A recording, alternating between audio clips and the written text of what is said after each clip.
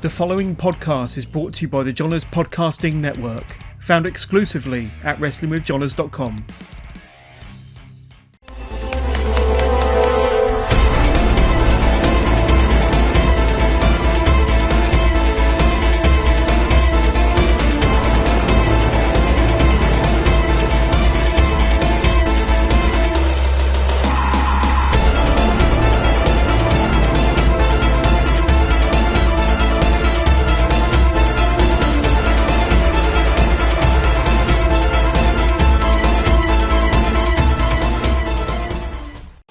Welcome to this week's episode of Work the Left Side. I am joined by top female wrestler Lory, who has worked in France, Germany, Belgium, obviously here in the UK. Just an awesome lady. Hopefully you enjoy the episode. And thanks for watching. Don't forget to share, like, subscribe. And we will see you again very, very soon. Welcome to Work the Left Side. I am joined this week by Lory, who is been all around the world. Very, very, very cool lady. So I'm very happy to have her on the show. Welcome. Hi, thanks for having me. You doing all right today? I'm doing very well. It's just really boiling hot. It's really warm. Yeah, I must admit, I've been kind of, I'm having a bad hair day, so I'm sat here sweltering. I've got a blooming beanie hat on, so I realise how ridiculous I look. So I will suffer through and not subject anyone to my bad hair. So, as I mentioned, as is anybody who knows you knows your sort of bulk of work. Obviously, you started off in Germany, Belgium, France, UK. You've been to a lot of places. I want to touch upon, if it's okay, I'm just going to jump straight in. All Stars, or the time you spent in France, and the whole Kayfabe, side of things. But basically, it's all still real there. Yeah. It definitely was or still is. I can't say how well the Kayfabe is still going over there now. Yeah. But the time Robin and me went over to France, it was about, I started to work for Wrestling Stars as a manager in 2009, I think it was. We stayed there for about 3 years, more or less like every weekend. We just drove from Belgium to France from Friday to Sunday. Always had to meet in Paris, and from there we were just jumping in the cars with the French guys, and we were just driving all over France. Honestly, everywhere. Well, like we seen like I think every inch of France, like mostly from in the car, but. Yeah, we've seen quite a lot of things. Yeah. I mean, as you say, sorry, go. Like, especially with the Kayfabe over there, I know you talked with Robin about it a little bit as well, but when we worked over there, everything was really like face, heel, driving separate, arriving separate at the venues. If you were having like a mask gimmick and you were wearing a mask, you arrived to the hall with the mask on, you wrestled, you ate with your mask on afterwards when there was like food and stuff, and you left the hall, the venue with a mask on. So it was straightforward. It was heel face, and that was it. Wrestling 101, good guy versus bad guy. That's it. You go out there, tell a story as it should be, kind of thing, without any blurred lines. I remember I spoke to Robin about it. I compared, because obviously it's all about you being the manager and being this heel duo. And my first thought was Macho Man and Sensational Sherry, which is apparently what you was kind of described as being the French, that animosity. You were just like the top heel sort of female manager with the top heel male talent. did that ever get sort of mentioned at the time? Was that something that you kind of popped for? Because I know that you're an old school fan as well. You like your history, wrestling history, don't you? So that's a pretty good comparison. Yeah, it was kind of like I started out doing the manager kind of stuff with Robin in Germany. That's how we got put together as a team. Once it was an accident in Germany, like being put with him and Shaka, his old tag team partner from America, and there was a tag team tournament going on in Germany, and that was when I wrote to that promoter. May he rest in peace. He's not with us anymore now. But I wrote to him and I was like, I would like to be like on your show. Is there anything like you can use me for? And he's like, sure, I can put you as a manager with another tag team. And I was like, all right. So that's how Robin and me kind of started out on the wrestling scene in Germany.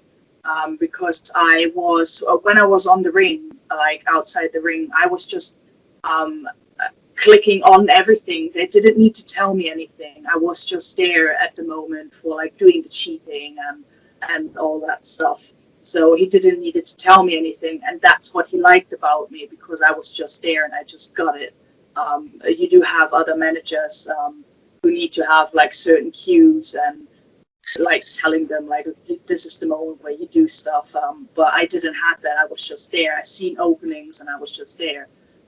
So that's how we started out there. And when we then went to France, like he went over there a few times on his own when I moved to Belgium, because he wanted to bring me in there, but he didn't really have the chance to talk to the promoter over there.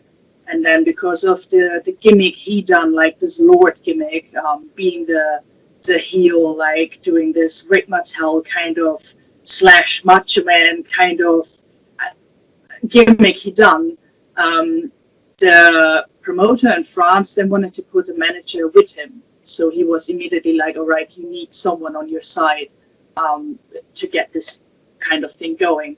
And the manager he chose, Robin wasn't agreeing with, because it wasn't like he was dressed as a sailor, and that just didn't go at all with the gimmick Robin was doing.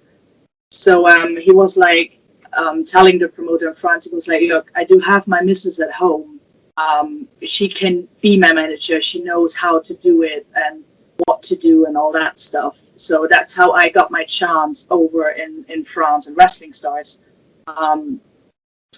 When I went over there and more or less like tried out for that company, I had that one chance and I just took it, and the fans absolutely hated us. They hated us so much, and it just became more and more and more. And like you say, with being compared as like Sensational Sherry, Macho Man, Sensational Sherry, Ted DiBiase, all that kind of thing, we were based on them. Yeah, we were. So I did study Sensational Sherry matches where she was a manager, when she wrestled as well back in the day, just to see like what she was doing and how she got away with it, and like how she manipulated the opponent but the referee at the same time. So I was proper studying matches with all them guys, and my role just got more and more into it, where it came to the part where in France, a lot of times, because you were wrestling all over the place, you didn't have the same fans in every venue. So a lot of times it was like, I might get hated for saying this now, but it were the same opponents constantly on a loop, but all over France. But the reason for it was because it weren't the same fans, and the promotion weren't really out like on the internet. Everything was being kept really close. Nothing has been posted like results or anything nothing. You couldn't find anything on the internet because the promoter wanted to keep it really tight, so that no one really knew what was going on. And it just being the manager, it came to the point where like Robin had to wrestle Domino, may he rest in peace as well. He was a UK wrestler. He was like a huge bodybuilder. And when them two wrestled and me being the manager, we were set out just for carnage, honestly. It's like he was this huge muscular bodybuilder, like this baby face, and he was just loved from the moment he just came through the curtain. The fans just loved him. Where Robin and me were just instant, we just had instant heat. We were just hated, and they didn't like us. And then doing the cheating during the matches and stuff didn't obviously help. So it was just going up and up and up in the heat. And there were times where the fans, when they were like wrestling outside and stuff, the fans were like holding on to Domino, didn't want to let him go, so Robin couldn't get to him and I couldn't touch him, and they were proper protecting him. And then like when like the finish happened and like either Domino won or we won, depending what was going on, it was like the fans were either like completely erupting and like the roof was blowing off the venue, or they were just booing us. And it came to it just came to the point when sometimes the fans, when we were leaving the ring, were just like attacking us. So you got punched on the back of the head. I did get punched in the back of my head. Yeah, I never seen it coming. Yeah, it did happen. I think it was on Kurt's show, you kind of mentioned it, and then you was like sort of saying, because you had a match afterwards as well, so that happened to you while you was walking back, and then you had to go back out later on in the night to have, to compete. And yeah, obviously you was kind of like, we need security. There's no way you're walking back to that ring without security or something. Yeah, I believe when I told this story, I think I told it to Kurt. I believe I did, and afterwards, when I was thinking about it, I was talking to Robin about it, because like the memories just come back and you just talk about the whole thing. And then Robin was like, yeah, well, there wasn't security. It was actually me who like went with you to the ring to make sure nothing would happen to you. And I was like, oh yeah, that's true. So he had to be my valet for that one match, just to make sure. Role reversal. Mix it up a little bit, but that's crazy though, because that's why I kind of wanted to talk. That's why I kind of dived straight back into this whole kayfabe conversation, because obviously from fans, we like to know stuff, but then we kind of moan about knowing stuff and it ruins it, kind of thing. From a wrestler's perspective, do you wish for the sort of the days of when kayfabe was still intact? Because it must have been easier to get heat or to even get cheers, kind of thing, because people brought into it like 100%. Do you kind of wish those days were back, or is it something that did you like working in a more kayfabe environment, I suppose? Let's just say it's like it is way more fun. It's like if the fans really don't know like what is going on and they believe in your character, it can be so much fun. And honestly, you can just play along with it, like even over social media and all that stuff. There are times where I do really miss that kind of thing, because it's like it keeps it like real, and it keeps it interesting for the people involved as well, as well for the fans. So I miss it sometimes to have this proper kayfabe kind of thing. But the problem with like these days is like everyone is being allowed into it, if that makes sense. It's like fans know so much which they shouldn't know. So that makes it a bit more difficult these days. The penny's just kind of dropped, because obviously I'm kind of saying that I wish more for these, like for the kayfabe days when we didn't know as much. and I'm sat here talking to you about it, kind of thing. Which I'm obviously then going to put onto the internet for people to watch, to find out all this information. So I could actually be my own worst enemy in that sense, because it's like say fans know too much, and but it's because of stuff like this that they get to see behind the curtain, I suppose. So outside of that, obviously, where you're based, your local promotion, and I presume, hopefully, they'll be back up and running in a few months. What's the Global Bastard has done one. Have they been in contact? Have you got things lined up ready to go when you come back?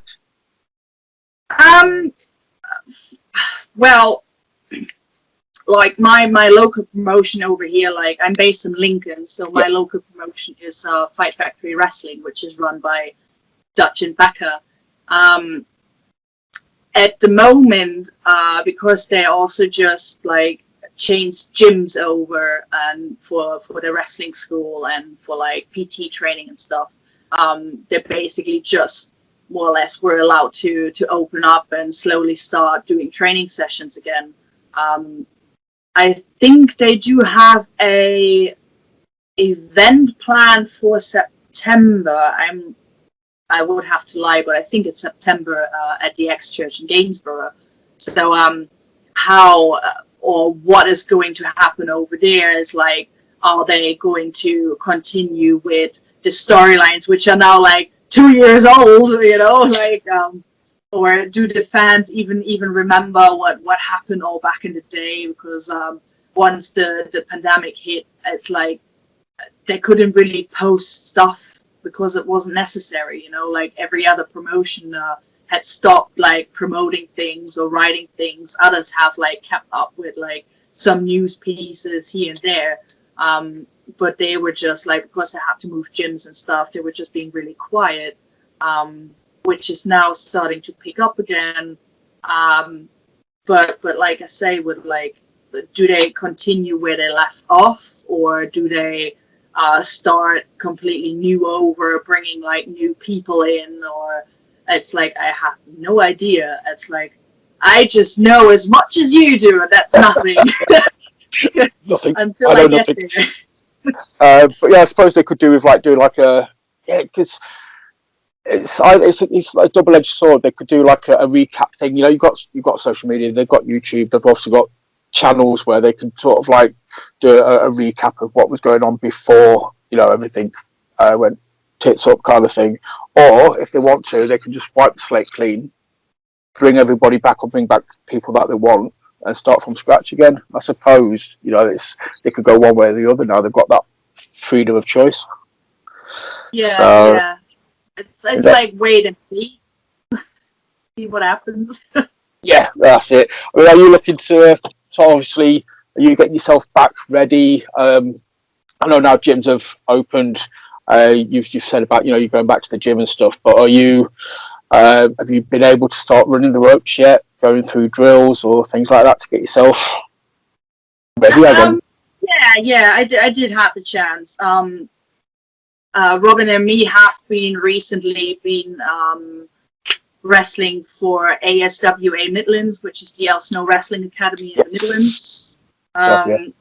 So we've been part of there now, and on the first show back, they were just putting all the championship belts on the line, which they have like newly created and stuff. So Robin becoming the heavyweight champion, me becoming the women's champion over there, and then new tag team champions have been crowned.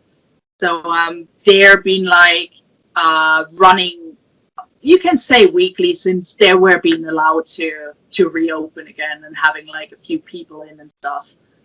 Everything like within the guidelines, and everyone is holding on to the rules and stuff. So that's where we've been hanging out more or less the last few weeks. So we're gonna have to go back this Saturday, because there's another event which is like Father's Day special. And then because of how Boris Johnson has been put the rules in, like I believe yesterday, which extending all these rule malarkey for another 4 weeks. They just had like a sausage and cider festival coming up. And that was like 2 days where the Arsenal Wrestling Academy was part of to perform in front of the people. And because of the rules being put back in place, the cider festival decided to postpone the event and hoping to run it in September. So that has been pushed back. And other companies I've been watching have cancelled or postponed the events, or some of them are still going ahead with small capacity in the venues and all that kind of stuff. So it's small bits and pieces are coming back together. We're allowed to wrestle, and believe me when I say it's when we went back the first time and had the chance being in front of the people again, it was a surreal kind of experience. It was really weird. It's you were going out and you were hearing the people, and then once you done your match, you would literally just stand in the ring and you were just soaking in the atmosphere, because it's been such a long time that we've been allowed to do that in front of the people. So it was an experience. I was going to ask what that was like. Obviously, even whether it's 500 people or 50 people, it's still, you're just in front of people again, aren't you? It must have just been like a tear in my eye kind of thing, where you just walk out and it's just unbelievable. Because it's like I say, it's just getting back slowly but surely to some sort of sense of normality. That's what you guys are used to. That's what you guys, that's your passion, that's your love, and now you're back out in front of people again. It must have just been nice. I'm guessing it would have been very hard to play heel at that point, because I think everyone would have just been happy to be there, or didn't manage to annoy people. Yeah, I mean, I was with me, it's it's depending where I wrestle. I think either being a heel or being a face. So at the ASWA events, I'm a baby face. So it was really weird. The people were behind me and stuff, and I'm not used to this because I'm usually the heel. So that was really weird. So putting that on top of it, it was it was a happy feeling. I think we all had a really, really happy feeling in our stomachs at that point. Yeah, I can imagine it just being butterflies. There's probably, I don't know if you still get butterflies prior to all this, but before you go, before going out this time, it must have been very reminiscent of starting over again. To a point of you've not done it in that long. Yeah. I was really nervous. I really, really was. And I mean, I've been doing this for 12 years, professionally now. And don't get me wrong, I still have this tiny little butterflies before every match. If you don't have it anymore, then there's something wrong. Something is lost. But I have it before every match. But when I had my first match back in front of the people, I was saying to Robin, I was I don't think I can do this. I was this is really this is really weird. What if I can't do it right anymore? It was just oh my god. There was so many things going through my head, and I was really, really nervous. But once I went through the curtain and I just left something behind the curtain, I was just yeah, okay, well, this is my element. I'm back where I belong. So. The adrenaline kicks in and everything's back to normal kind of thing. So it's awesome. I'm just so glad people are getting to go back and do what they do kind of thing. It must have been, it's hard for us as fans, not being able to go see it, but not being able to not to be able to sort of do it, to keep yourself up to that level. I can't even imagine. It must have just been horrible. So I'm genuinely happy, you guys have getting back in the ring now and doing what you do kind of thing. Yeah, we're definitely happy about it as well. I mean, we were just I think today in the gym, because we're training in a small gym here in Lincoln, and Robbie X is one of the guys who trains there as well. So we know Robbie. And we were just talking about that, and he was saying about the fact as well, like it's going to be like a really weird kind of feeling being in front of people again. Like he has done some like filming and stuff, but it was like just an empty arena kind of thing, so he didn't have anyone there except the cameras. But he said like, yeah, it's probably going to be like a really weird, happy kind of feeling. So. Do you talk about like empty arenas and stuff? I know we've talked, or I know you've talked previously about you don't watch a lot of the current stuff. You might watch like the pay-per-views and stuff. You don't watch it sort of on a weekly basis. But did you catch much of like Impact or the Thunderdome or things like that, where it's basically your empty arena environments? I mean, what do you think about how would you have been able to perform in that sort of environment? Or obviously you would have been able to perform, but how do you think it would have felt? Robin and me did. We done some like empty kind of arena kind of filming things with ASWA for the YouTube channel to keep that going. So we done that, and it is a really, really weird kind of experience. Because it's like you like doing your stuff in the ring, but there's no one there to cheer for you or boo for you, and you basically just do it for the camera. That's all it is. And I've been like watching the Thunderdome stuff. I do watch like some Raw bits and SmackDown and NXT and Impact. They're all done it. A Ring of Honor was kind of like quite late into the game of doing that because they were more worried about their talent and they wanted to protect their talent more, which is understandable. I get all that, and it's their choice. But yeah, I watched or kept up with everything that was going on during this time.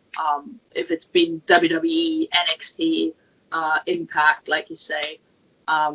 Because I follow everything on social media as well. Doesn't mean that I'm actually sitting here at home and watch each and every kind of thing, but I still know what's going on. And if there's something that catches my interest, I will watch the match where I'm like really like interested in.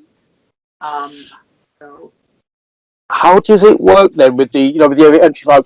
Because I'm guessing you're of the mindset of you kind of let the audience guide the match to a little point. You see what what the audience are biting and what they're not biting, and you're seeing what's getting over. But obviously, there's no audience there, so is it probably more just sort of laid out before you go out and be like, right, we'll just do this, and this. Obviously, there's no crowd reaction to anything, so nothing needs to change. We know what we're doing, or was it just pretty much all just done on the shoot? Well, with ASWA at that point, well, they changed from Slam Wrestling into ASWA. So when we were doing the empty arena kind of things, it was still Slam Wrestling. But everything we were filming was storyline. So it was filmed for like episodes on YouTube, which were being airing like every week. And because of that, it made it easier for us to like putting the characters out there and performing in like that kind of state, if you know what I mean. It's like really weird to explain, but yeah, it was like it was following storylines, so the people who were watching the stuff on YouTube as well were reminded every week what happened the week before, and then what was going on, like maybe the episode afterwards, like certain matches being set up and stuff. So it made it easier for us to then go in the ring and tell the story for that episode. So just really good storytelling, and just like sort of say, just to compensate for the fact that they're not there as well. I suppose it's just you've got to go that extra mile just to make sure that they watch it, because they haven't got that live experience. So yeah, it must have been weird. So I can't really sort of fathom how it must have been. But like I say, we're getting back to normality now. So fingers crossed There'll be no more empty arena stuff. You'll have audience there. You'll have people cheering you or booing you, and you can just go back to being awesome and doing what you're doing there in the ring. I'm going to tangent a little bit because we've just been talking about TV shows and things, and I know I always like to discuss other things as well outside of wrestling if I know people are into similar interests. I spoke to Sean only a while ago, and I think we ended up talking about horror films for ages. Oh, nice! So, and I know based on your social media posts and stuff, obviously you posted. I talked to you about it last week. You mentioned Loki, so I presume you've watched the first episode. Do you watch majority of the MCU stuff, or things like that in general? I watched it all. I followed it all. Yeah. Nice. It's funny thing with like Robin and me is like he's like a really really big like Marvel nerd. He really loves the Marvel universe, the characters in there, all the movies that came out. A lot of them we watched in the cinema back, even when it started back in Belgium before we even moved over to the UK. Nice. And I'm actually as well like a huge DC mark. Believe it or not, so it's like having a Marvel fan and a DC fan here. But WWE and AEW. Yeah. but don't get me wrong, I do enjoy all the Marvel stuff as well. All the movies, seen them all multiple times. And that is like certain things you can just quote now, and But the thing is, like you watch the Marvel movies, and because everything. Every single Marvel movie, from the first Captain America, the first Iron Man, the first Hulk, and all that stuff, it just all comes together, and it all ends at Endgame. All the characters. 12 years. It was like an epic 12-year journey, wasn't it? Where everything was so intertwined, and it was such a big picture. It was like unfathomable, really, to think, that they planned this out over a 12-year period. Did you cry when Tony Stark died? No, I actually did. I did not cry. No, the scene that actually got me was the one where they were getting ready to battle Thanos for the last time, and all of them were just like popping up and coming back to life, and it's like, oh my god, this is really like heartbreaking. So that was the actual scene that got me like tearing up in the cinema, and I was like sitting there and sobbing. Yeah, but no, not Tony Stark. Sorry, Tony. No, it's I didn't cry at the Tony Stark thing either. Honest, I wasn't sat there absolutely just like wiping a single tear away. It's I think I missed this trick with Robin. I didn't even think to, because obviously we've talked about it on Twitter. Because like I said, I noticed you've mentioned like Loki. I didn't think to like mention it to Robin. If I'd known he was a Marvel fan, then I would have been all over that as well. Because I appreciate some DC, but I'm definitely a Marvel fanboy more than anything else, kind of thing. He says I've got a Joker tattoo on my hand, but nice. I love it. It's my favorite villain, honestly. I love the Joker. Well, I've got Jared Leto Joker. I'm sorry. Yeah, put that out there.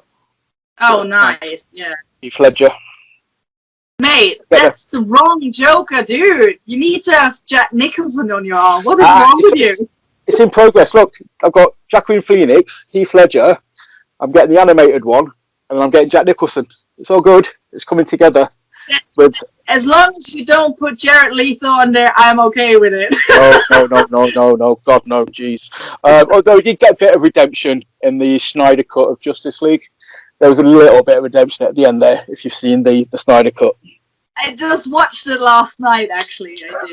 I did watch it last night. It's a little bit. It's not a lot, but we kind of forgive him a little bit. So, another thing, a thing is I like to talk about comic books because I legitimately think there's some kind of huge crossover appeal between wrestling and comic books. It's something I've always kind of had in the back of my head.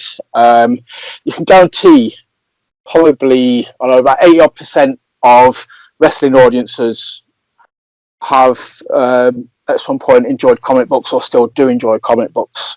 There's something about that larger than life character, I think, that if that appeals to you in wrestling, it appeals to you, in comics as well, kind of thing. It's like the real life superheroes, or you've got these guys that have just built like absolute brick shit houses, and the larger than life personalities. So yeah, I definitely think there's again, this is just my perspective, but I definitely think there's something to be looked into between the cross appeal between wrestling and comic books. Yeah, it is. It's like, you can kind of say, like, I'm not like personally a person who reads comic books. I know about it, and like certain things, like even like Robin is a huge Hulk fan, so he has like down here he has actually like a pile of like Hulk comics, which were like in a continuous series, which he got, and he was reading through them, and I was like, just now and then I just pick one up and just read through it and go like, oh, who's this character, who's that character, so for me it's like, yeah, I know everything about the movies, but I like barely know anything about the comic books. So yeah. It's like, even when you watch the movies and stuff, and there's like certain characters being introduced, and it's like I'm going like, huh, who's that, and he then just goes like, yeah, but just like back in the comic it was written like this, and Lauda bringing it in there, and I'm like, huh, okay, yeah, I guess. So I rather Google it. Yeah, to be fair, I think the MCU itself is totally, like I say, yeah, I'm talking about it, like comic books and stuff, because I'm just that old that I suffered through the Howard the Duck film in the 80s kind of thing. That was my first ever comic book film experiences. So, but I think the MCU definitely has, and again, based not just saying about comic books, I think just superheroes in any form of media, like films, TV shows. There's definitely that cross appeal with wrestling. So I think it's very much within the same sort of ballpark of just these larger than life characters. Yeah, it definitely is. It's like a lot of the like comic book characters, like especially the Joker, he has like such a twisted kind of like personality, which you can bring into like a wrestling character, and can just completely like play it off that.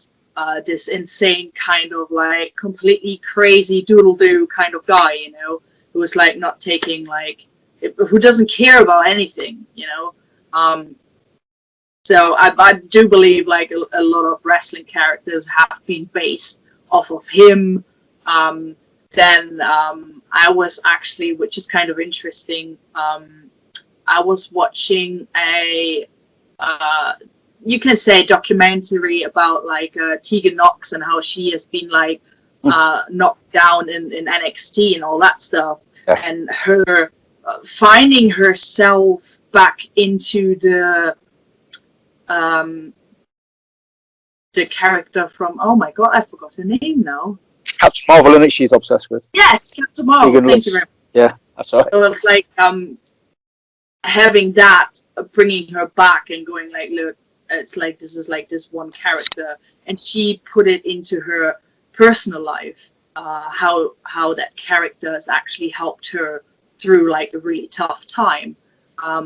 So it's not just like comic book characters are not just there who can help you develop like kind of a gimmick kind of character in wrestling, but it can also help you in personal life. And then that's what we've done with her, which I personally found really, really interesting to see.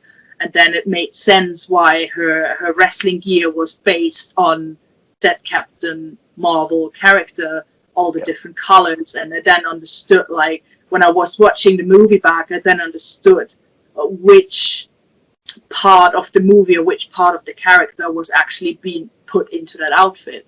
So I was like, oh, all right, this actually makes sense to me now. So I personally believe that definitely comic book characters in such a huge variety are being like used for personal life as well as characters in wrestling, definitely. Well, I think it goes across the board as well. I think that, it can be so inspirational. Not just for kids, but for adults and things like that. Not just comic, but on like wrestlers as well, kind of thing. Like if you get a good story arc in wrestling, or you see a wrestler getting knocked down and stuff, and you're buying into it, just seeing them get back up again, or defeating the bad guy.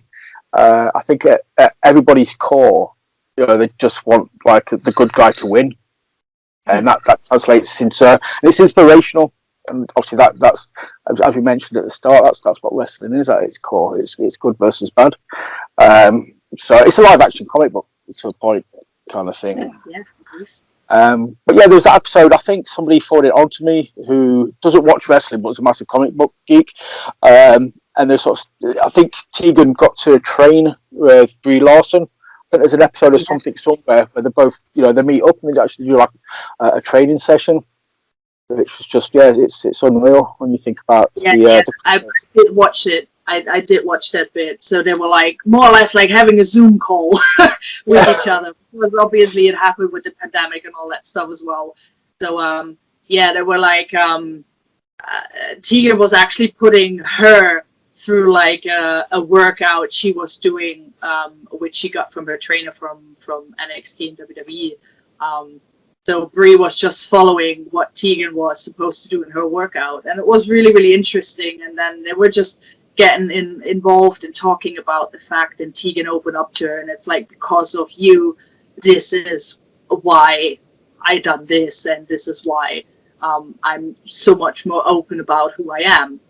And I found that quite interesting, because coming to the point as well, it's like, well, Brie Larson is only playing a character in a movie, but having this impact as that female character in personal lives from so many people, it's really impressive, to be honest.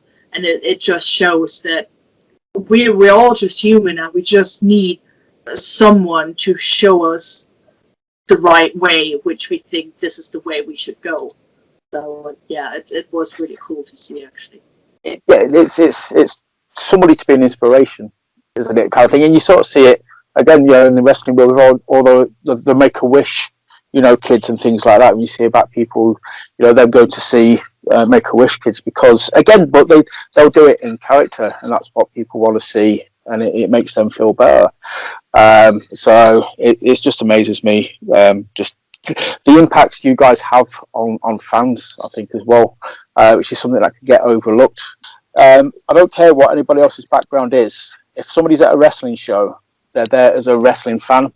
That must be a really must be fun just to be part of that, knowing that you're bringing people together in that sense, especially now. Yeah, it is. It's like with like Fight Factory Wrestling over here in Lincoln, it's like every year they're doing like their body slams to cancer. Well, normally every year, obviously not last year, but and that's also all. It's like a completely whole like charity event, and you have like people there with like special needs, and they're just there to enjoy the event. And it's like for the charity, you always have like one guy there who is actually paying a certain amount of money towards the charity to have like pictures taken with all the girls who are on the show. Nothing weird, just putting that out there. Nothing weird. It's just for like, he's a huge fan of wrestling, and he just like he loves the women on the show as well. So every time he pays for that picture, it's like all of us are just coming together and in character, obviously. Yes. But we're all coming together, and we're all putting like this picture together with him, which is like he appreciates like so much, and he posted about it, and it's like it's having this impact on people, be it an inspiration for them, or just be it an escape on that night from reality or whatever. It's something really, really special, and Now, keep in mind, it's like you have fans as well who are just constantly attacking you on social media, which is like, especially us as female wrestlers, or should I say women's wrestlers, it's so annoying to like constantly get like the weirdest kind of messages or the weirdest kind of requests. Then it's like having these, like, if they see you doing something on the internet and they don't like it, they just blasted it out there and just let everyone know how shit you are. And you know, it's your choice watching it. You know, if you don't like it, don't watch it.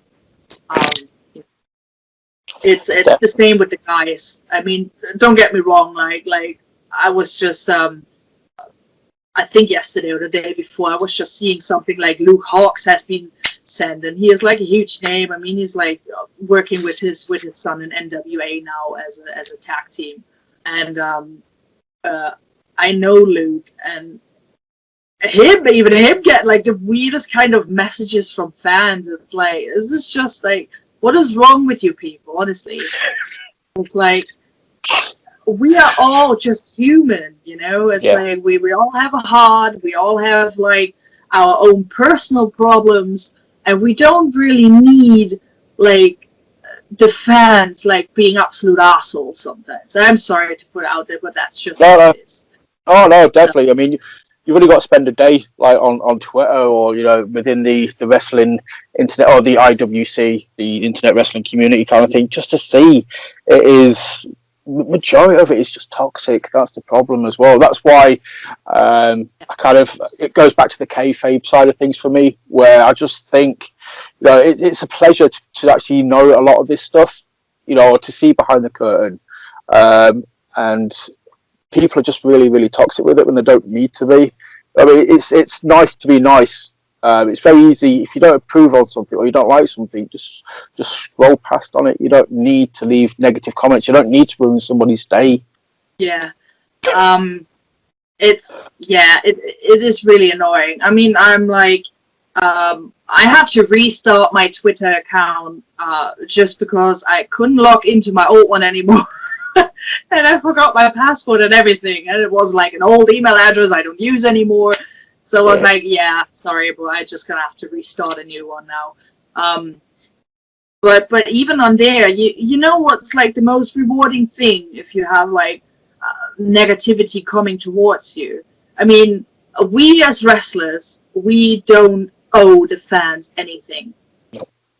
It's just how it is, and you have fans out there who actually go beyond like anything you can imagine to get your like personal addresses and sending you stuff to get signed, and you know, like it mostly happens to like I don't know, like more like well-known indie wrestlers and stuff. You know, who have a huge name, but it happens, and I see it constantly like being posted on Twitter. And if you then let them know, it's like, this is just not okay, you know?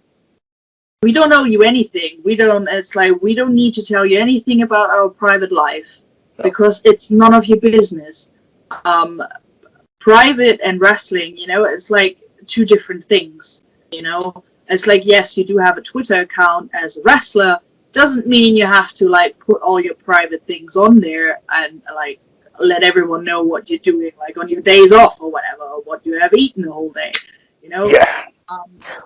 You got to protect yourself as a person, you know. Yeah. So it's all that all that a wrestler owes a fan is a good performance at a show that they've paid for. That's it. Anything more than that, you've done your job, kind of thing. A fan has paid a ticket, paid a price to go see it, to go watch a show. You've put a show on. That's it. You don't owe anybody anything else, kind of thing. I think it's a sense of entitlement. People think they're entitled to more. That's the thing. It's like, does it come back to the fact of like,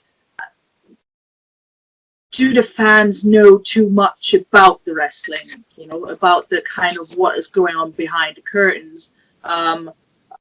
Why did we let the fans go that far behind the curtain? You know, So it's kind of a really weird kind of thing to talk about, but yeah, we don't owe you anything. I'm just putting it out there. That's just how it is. The best thing about social media as well is like I personally get attacked, or get like weird messages being sent, and sometimes when I'm in a good mood, they just get like a really arsey answer back, and then just get blocked. That's just how it is. But yeah, it's like the best thing for us out there is this block button. There's a block button everywhere: Facebook, Instagram, Twitter, everything. If it was 30 years ago, it, not just because the internet wasn't there, but it just wouldn't happen because they didn't see behind the curtain. They saw the character, they saw you perform at shows. That was it. They didn't have daily access, to what you were doing, kind of thing, as a character or as a person. So, do you step back, or do you just sort of, like say, just hit the block and just try and focus on the positives? Because as bad as it must be with the weirdos, it must be nice to get those nice, mentions, people just being nice to you, people sort of saying, "Oh, I just watched this match, you were awesome in it," kind of thing. Or, I would like to think the positives counter the negatives to a point.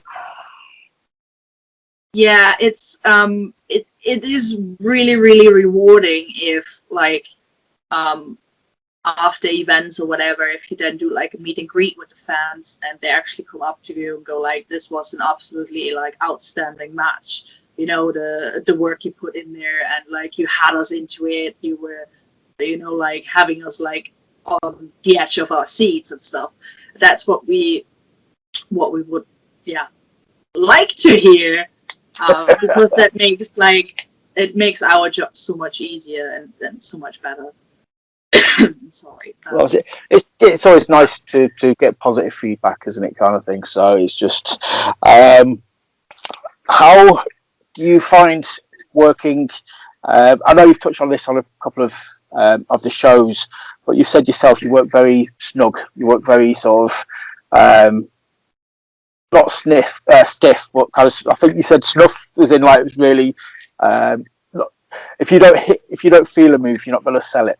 I think was the best way you put it, kind of thing. So you expect people to work in that way. Do a lot of people work that way, or do you sort of find that people are not getting softer, but getting more and more dramatic? Well, I've been brought up that way. Most of my time training and stuff, I always trained with the guys because there weren't like a lot of girls around. And from an early stage on, it was always like, "Don't treat me any different. Don't treat me like a woman," because it's like it's a full contact sport. That's what it is, And like you say, I like to work like snuck but safe. That's it. That's what I was looking for. Yeah. I do, on a personal level, I do enjoy it more to feel getting hit, because if you get hit and you don't feel anything, what are you supposed to sell? Yeah. As long as it's like in like a safe way. I mean, accidents happen, but you lost your tooth at one point, and you lost 2 pieces of your tooth. Yeah, I did. Yeah, exactly. Yeah, accident happened, and that was only a slap. So, but yeah, it happens. I didn't take it any bad or anything, even though the opponent in question was like looking at me at that point and going like, "Oh my fucking god, she's going to kill me now." Probably a very valid concern. But yeah, it was the fear in her eyes and me just looking at her. And, but no, I didn't take it bad. Like, Jesus, honestly, like, it's a full contact sport. Accident happens. It's just how it is. I mean, like in let's say like M&A and MMA, and you're doing like a sparring kind of thing, accidents happen there too. It's just how it is. But is it a style that a lot of people still kind of work that sort of tight, or as I say, are they kind of getting more into? I'm a fan of like flippy shit. I think it's got its place, but it seems to be getting more and more. It seems more people seem to be going towards that style. So I can imagine them being less concerned with working snug kind of thing and just flipping all over the shop. So I don't know if you've encountered people being a bit hesitant about, working snug. Well, most of the times, like, since I came over here to England, and I started to train with the Knight family, like Soraya, Rick, Zach, Roy. It's been like said to me, it's like, look, if you hurt someone, it can happen. It shouldn't happen, and my aggressiveness in the ring came more or less out of the because I trained with them. So it was. I mean, I always work. I always work like snug and safe and stuff. But when it comes to like putting the aggression into certain things, I learned that from them. And everywhere I go, I don't change towards anyone. It's like, this is the way I work, It's like, most of the times I tell them as well, like, if I hit you hard, I'm sorry, but I expect it back. It's like, not I'm going in there and I'm just leathering the shit out of people just for the fun of it. No. If you watch my matches, a lot of people, or a lot of fans as well, don't expect that from a woman. So if you go into your match and all of a sudden you just start like hammering away on like the person you're in the ring with, the people just go like, holy shit. It's like, I did not expect that from a woman. But it's safe, it's like, and I never hit anyone and like made it into this kind of like, look, I'm just gonna go in there and just trying to kill you now. Yeah. Never ever, and I will never ever do it to anyone. It's the way I've been brought up, the way I like to work, and like I say to opponents, it's like, if I hit you hard, just hit me back. It's like, I expect it. I don't want to get treated any different by the guys or by the girls. I can be intimidating in the ring. Yes, people have told me that. But it's just the way I am. It's part of the character kind of thing. It's probably a really good persona to get over. You want to be intimidated in the ring. That's, for the most part, like when you're playing heel. Even when you're face, you want that aura about you, that presence. So that obviously speaks volumes about what you're doing. Yeah, and I mean, like, I've been like, because of how my style of wrestling is, I've been like complimented by like a lot of people. Of like, look, you just don't take any shit, you make it look real. And that's what it's supposed to be. Like, you touched on the thing of like, you're not into all this flippity flop kind of wrestling stuff, and it has its place. I agree with that. I'm not into that either. Doesn't mean I can't do it. Yeah. I like it, but I think it's, to me, wrestling's a circus. I want to see one or two matches like that. Then I want to see one or two matches old school kind of thing. It just seems to be that there's some shows out there will have it for like, 7 out of 8 shows will be, very flippy based. And I just don't think it's got that hard hitting style about it. But yeah, I mean, obviously when you came over, you mentioned working with Soraya. It's probably one of the best known female wrestlers for working that style, working snug. I would sort of say she always seems to come across as just being really fierce and very scary. So I can imagine you two being very well suited together. Oh, we had so many matches together. It's like, be it on like Bellatrix events, which is her company, the Bellatrix Female Warriors, or be it even on like camps. It's like we like on the camps we like didn't really work any different than what we would do like on house shows. So there was always the aggression there, and it's what she personally liked about me, because I was not too scared to be like that physical in the ring as well. Yeah. You do have like women out there who are like can't handle that kind of style. Which that's what really that's what I was trying to sort of, again, probably my way of getting it across, but that's what I was trying to sort of get out there, was like, you do encounter it very often, people who are not scared but very hesitant about working as yourself or Shariah, work. Yeah, sure. I mean, you have it out there. And I even see that in like training sessions. If you have females there, where like when I'm in the ring with them and stuff, I want to get that aggression out of them, because it's like, how to say it? It's like if you're in the ring, it's like everything is like toned up way more than what it is in personal life. Yeah. And getting that aggression out, wrestling helps. Believe it or not. Very therapeutic.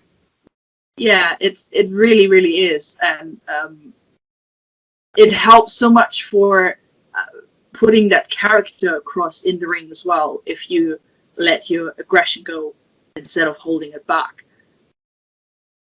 It makes it believable, because it's sort of say like the best characters are it's part of your personality turned up to 11. I would sort of say. So yeah, definitely. I would say 20 with me, but yeah, all right. Yeah. So I say, if you're holding back, it's not going to come across as genuine kind of thing, in the ring, which is what fans will pick up on that kind of thing. Which is why I think the successful people are the ones who you just let it go, kind of thing. Like, say, let go of that anger, be aggressive if needs be, if that's what it calls for. So, the thing is, you want to make them believe. It's like you're going in there and you want to make them believe your character, and that you could actually, especially as a heel, that you can be in the ring and you could actually just rip them apart. That's part of it. That's just how it is, and I love doing that. I love being a heel. Love being challenged as being a babyface, because it's just something completely out of my comfort zone. I'm a natural heel. That's just easier. It comes easier to me than being a babyface. But I can be a babyface, but it doesn't mean that my style changes. Does it? Do you? That's what I meant to ask about, because you always get sort of people talking about, like working heel, working face. Does the moveset not change then, or do you feel, does it not need to change, or do you just sort of work? Do you just tweak other aspects of the character? For me personally, my moveset doesn't change. I now and then just might, as a babyface, just put something in there which is like completely like pull out of the head, and it's like to surprise like everyone, going like, oh shit, you can actually do this stuff. Most of the times I surprise myself with it, that I can actually do it. But the adrenaline takes over. When which brings me back to like when I was training with Shariah Knight, and we were in the ring. She said it herself that I'm one of the best all-round women's wrestlers on the circuit, and I can just do it. I can do flippity stuff. but I don't want to because it's not me. If you see me do a dive or whatever, it has to be something really special because I don't do that. So that's when it means something, though. If you've got that saved in your arsenal and you pull it out for like at a certain show, the fans are going to pop for that, and it's going to mean more. It's actually going to be done as part of the storyline, I would presume, kind of thing. It just means something. If you've got it, but you very rarely use it, on those occasions that you do, I mean, it's going to pop huge, I would have thought. Yeah, I mean, like, if you look back on like the big guys back in the day, like the Bam Bam Bigelows, the Big Bossmans, and all that kind of stuff, like, or even Vader. It's like when he's doing like a moonsault. I mean, he is a heavyweight. You know, it's impressive when they were doing that kind of stuff. So, or when Brock hits a shooting star press. Yeah, exactly. See, it's like they do stuff, they can do the stuff, but they don't need to do the stuff. No, and I think it's just nice to have it, like say, in your arsenal. So you kind of always got that something over the other person. If you know you've got that moveset that you don't need to use, but you can, I think it just gives you that edge. It's a secret weapon to be used as a when needed. It is. It's like I do my submissions, or I know my submissions. I know, like, I can do some high flying kind of things, you know. It's like I'm doing a really, really good top rope clothesline, like the Undertaker Kane kind of thing, you know. Yeah. Which I don't pull out in every match. You won't see it in every match because it's like there's a meaning why I use that thing, you know.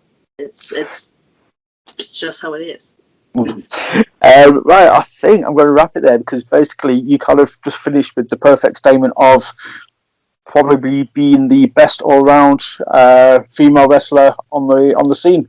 So I think that's a good line to end it on. Do you want to plug your socials and hopefully you don't get any weirdos? Any weirdos? There will always be any weirdos. Yeah, you can find me on Twitter at Lory Wrestler. Really easy. Instagram at _Lory_87. Facebook, you can either follow my fan page, which is Lory Pro Wrestler, or you can follow me on my Facebook profile, which is Lory Born Ready. So that's that. Yes, and I did have to read that off because I can never remember it. But only add if you're nice. No weirdos, no negativity, just positivity. Yeah, no weirdo. I use the block button. Yeah. She knows what it is and she's not scared to use it. That's the thing.